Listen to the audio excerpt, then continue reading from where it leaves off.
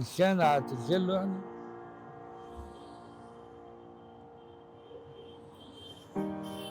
مفيش حد، بس هو اللي احب اعتذر له وربنا. ايه؟ ايه اللي انت شايف انت قصرت فيه في حق ربنا؟ يساوي يساوي، يعني اي انسان مش سليم، مفيش سليم الا اللهم صل على النبي المشهور. اخويا الله يرحمه ليه؟ كان نفسه يبقى معايا. هو مات وساب لي بقى. الله يرحمه وسلم. ابويا الله يرحمه ليه؟ يعني ما كنتش مريحه، كنت تعبه كتير. عشان اه مين الشخص اللي نفسك تعتذر له؟ نفسي اعتذر لنفسي. ليه؟ حاسس اني قصرت في حق نفسي يعني حاجات، بس بحاول اعتذر لنفسي ان انا ابدا من جديد واصلح الغلط اللي عملته في حق نفسي. مين عايز تعتذر له؟ رب الكون. ليه؟ عملت ايه؟ ما عملتش. امال ايه؟ ليه؟ عاوز اصلي، عاوز اتامل بالله. الصبر حلو. اعتذر لحبيب قلبي وروحي وحياتي الرئيس محمد حسني مبارك، ليه؟ لان عشت في عهده ايام للاسف الشديد مش عارف اعيشها دلوقتي. نفسي بصراحة اعتذر لنفسي. ليه؟ شخصي في حاجات انت بتعملها في حياتك، تمام، زي مثلا الضمير الكويس، الطيبة الحلوة، الإنسانية، الأخلاق، وتلاقي عكس رد الفعل بكده. يعني ردة الفعل للأشخاص اللي قدامك بتكون عكسك، فأنت بتحاول تعتذر لنفسك بشكل كويس، تقول معلش كمل الحياة، لأن إيه، مهما كان هي مش باقية، مسيرك في يوم من الأيام هتمشي. فأنا أحب أعتذر لنفسي. أمي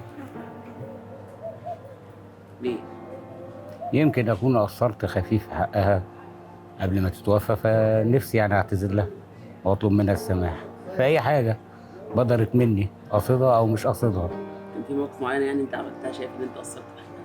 لا مفيش قوي، يعني مثلا ممكن كانت في أيام مرضها الأخيرة مثلا، كانت هي طبعا انت عارف الكبار بيبقوا تعبانين قوي، فانا كنت بحتد عليها شويه ممكن عشان مصلحتها، بس الواحد كان بيزعل، يعني المفروض ما كانش يعمل كده. شخص نفسك تعتذر له؟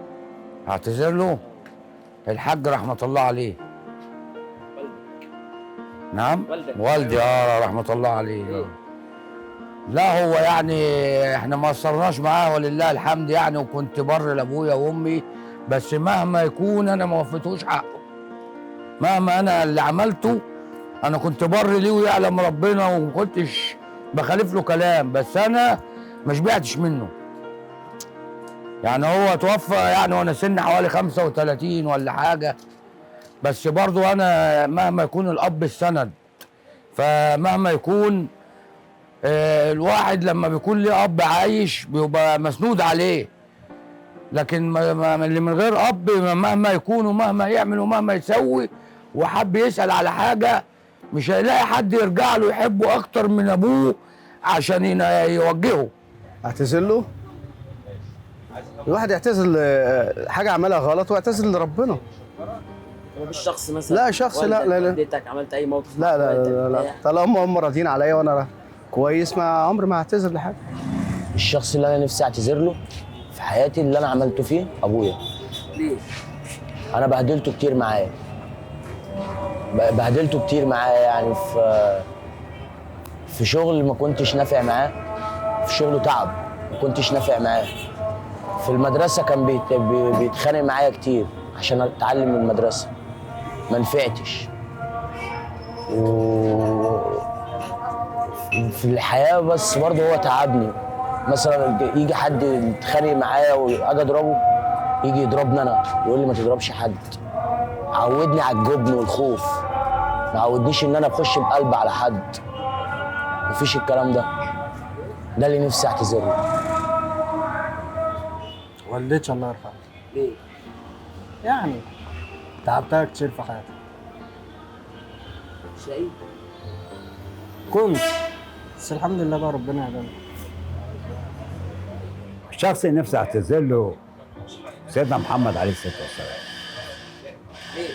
نعتذر له كتير قوي، لان هو فهمنا حاجات كتير قوي ونهانا عن حاجات كتير قوي واحنا ما بننتهيش عنها. يعني مهما كنا راجل مسلم وماشي برضه ما بننتهيش، ده اللي نفسي اروح له واعتذر له. اما مفيش شخص على الارض اقدر اعتذر. بصراحه انا مفيش حد ان انا عايزه اعتذر له، لان انا الناس كلها هي اللي جت عليا. انا عمري ما اذيت حد، انا اتاذيت من ناس كتير لكن انا عمري ما اذيت حد. بس زوجتي يعني استحملتني كتير وكانت حلوه كتيره معايا، وبرضه ظلمتها معايا في تصرفات الاندفاعيه في المشروعات والحاجات. يعني كان في امور ممكن امشي فيها كويس وتصلح الاحوال، انا اتجهت للحاجات وهي راضيه بالعيشه والحمد لله. الشخص الوحيد اللي نفسي اعتذر له اخويا الكبير، هو اللي بيصرف علينا لغايه دلوقتي. بقول له ما تزعلش مننا وربنا قدرك على اللي انت فيه. والدي الله يرحمه. ليه؟ عشان الواحد ما عملش حاجه اللي هو عمله لنا. هو اداك كتير وانت ما اديتش كتير. طبعا. والدتي ليه؟ يعني ما لحقتش اشيلها زي ما انا عايز او اعمل لها اللي هي عايزاه كله. كان نفسي اعمل لها اللي هي عايزاه اكتر. حاسس انك قصرت معايا شويه. مهما بقى عملت ومهما كان نفسي اعمل برضه حاسس ان انا مقصر. لو في شخص نفسي اعتذر له بيتهيألي امي الله يرحمها. ليه؟ يعني انا ما قصرتش في حقها ولا حاجه، بس يعني عشان هي ماتت من غير ما اشوفها. كنت في الشغل وقالوا لي تعالى، ما لحقتش ان انا اجي اشوفها وهي حيه. فانا بعتذر لها يعني ان انا ما كنتش تحت رجليها وهي بتموت.